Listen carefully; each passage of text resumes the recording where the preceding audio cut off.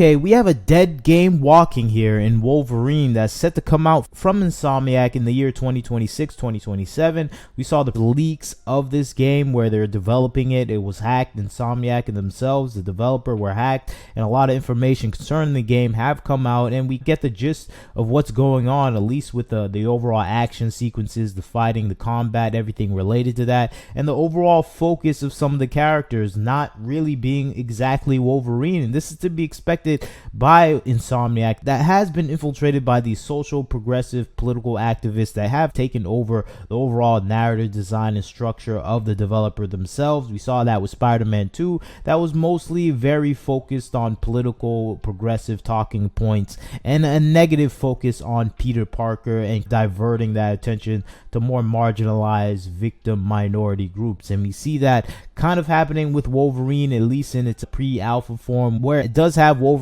as a main character, but it goes off to Jean Grey and multiple other characters that are of more diverse backgrounds. And it makes sense when you look at the narrative design coordinator and director of that game who's taken over the lead, and you see some of their old tweets and you realize and understand that this is a person that is there to push their own progressive standards. And I think you see that with some of the commentaries and some of the likes they give to a lot of tweets on Twitter. And I think that is the thing that I have come to realize, that this game is a dead game walking. There's no way this game will come out with much fanfare, much attention, where it will be something that's complete and focused and maybe just an overall fun game. That's an impossibility with these type of people at the helm of your game, when all they think about is focusing on modern day, current year political affairs. So you're gonna have probably different talking points and things reflecting on maybe immigration, Donald Trump, everything else, where people are just not interested in that kind of modern day, current year political affair being associated with their gaming products. But when you read this person's tweet, who is the narrative director, story design, and they're hiring different people from consultancy firms like Sweet Baby Inc., it's a marriage of totally compatible management departments with an incompatible structure for creating a good story and good gameplay. So you have these people that work well together since they have the same ideology, the consultancy firms and developers. Unfortunately, their ideology produces crap games, and we saw that with Forspoken, we saw that with Saints Row, we saw that with the numerous other games like Kill the Justice League, where you have these developers with stupid point of views, and then you have these consultancy firms that reinforce the stupid point of views. It just creates something that is entirely unfocused and unplayable. And you just read for some of the tweets from the narrative director, you realize, okay, we can't expect anything good from them. Let's just read their CV in general though. They're a game writer, best-selling author, narrative director of Wolverine, Gamer Girl, Spider-Man, Miles Morales. That kind of gives me understanding why the writing was so bad. Star Wars and BICON representative, whatever that means. And let's see some of their tweets. Some of you don't seem to understand how narrative consultant on games works, but don't worry, I do. Yes, this is about Sweet Baby because I've worked with that team and they're one of the finest in the biz. Of course, they have the same ideology, perspective, and they're probably working with him on Wolverine, and they think that's not how it works. Of course, I think the developers themselves have already been captured by these social, political, progressive talking points, and they kind of work hand in hand with these consultancy firms to siphon money into them, and of course to reinforce their ideologies already. And you can see that with a narrative director that already has that point of view. Let's continue on to see what they say, and they're responding to the Sweet Baby Inc. situation. They say you can't be racist to white idiots like yourself, but you can't be racist to white non-idiots either. You can't be racist to whites, period. And this is that twisted logic that a lot of these social, progressive, political activists have, where you can't be racist to white people. So anything you say that is denigrating, belittling, controversial, racist, and bigoted doesn't matter because the white people are non-entities. And it flips it on its head, this whole concept of being a marginalized community that is now super racist to what they perceive is the majority community. It flies in the face of a lot of the civil rights movements where people are supposed to see themselves in each other and treat each other respectfully, but this is the opposite stance of the modern day social progressive, where they have the right to denigrate and disrespect and to be racist towards you because they feel they have a position of power over you by being a victim. And I think that is the case with their position saying you can't be racist racist to white people, and obviously you can be racist to white people,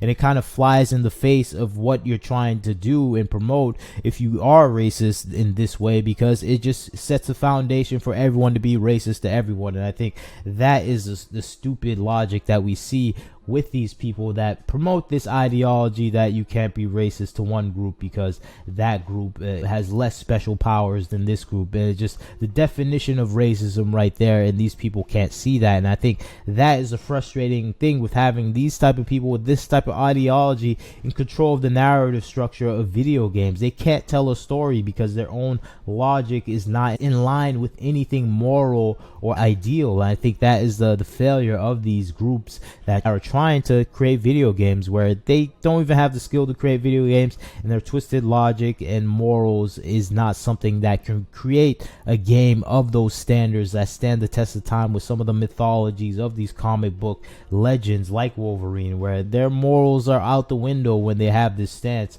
where they feel like they're the empowered victim, and they're allowed to be racist and bigoted towards anyone else because they have victimized powers. And I think that is the funny thing to see this, and it's a sad thing to see this type of thinking, and it puts it into perspective that the people developing this game cannot be trusted with these X-Men characters. Of course, they're going to say X-Men are part of the marginalized group, even though when Stan Lee himself has never said that was the case with the X-Men. He just wanted to create something bright, beautiful, and gaudy, and that can attract attention and appeal to a majority audience. But of course, these people have taken X-Men and turned it into LGBT icon nonsense. And I think that is the thing we can expect with seeing this new development of this Wolverine game. We can expect something that is just not intended to be fun, not intended to be anything other than something to preach to the audience to about their lack of understanding of their progressive moral standards. And I think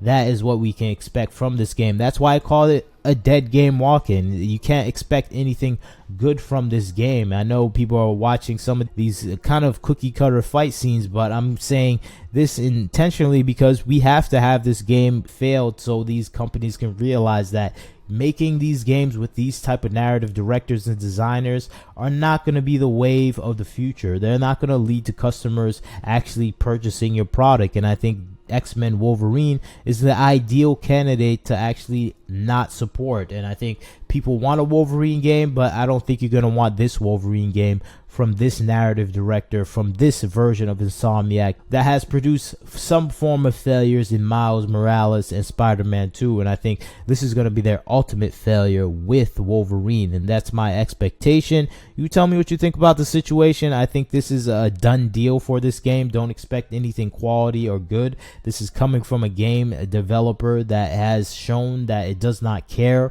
about producing good quality games anymore. It's just there for the social progressive messaging, nothing else. And I think that's what the Wolverine game will be about, and I think that is something we need to avoid as gamers. Just to save the video game industry from itself, we have to see it fail first, and this game is one of those games that needs to fail so we can have more sane directors, narrative designers, consultancy firms that actually want to produce good games for gamers. But that's just my thoughts on the situation. You tell me what you think. You leave your comments, like, share, subscribe. This is Wagner Knows Why. Catch you next time.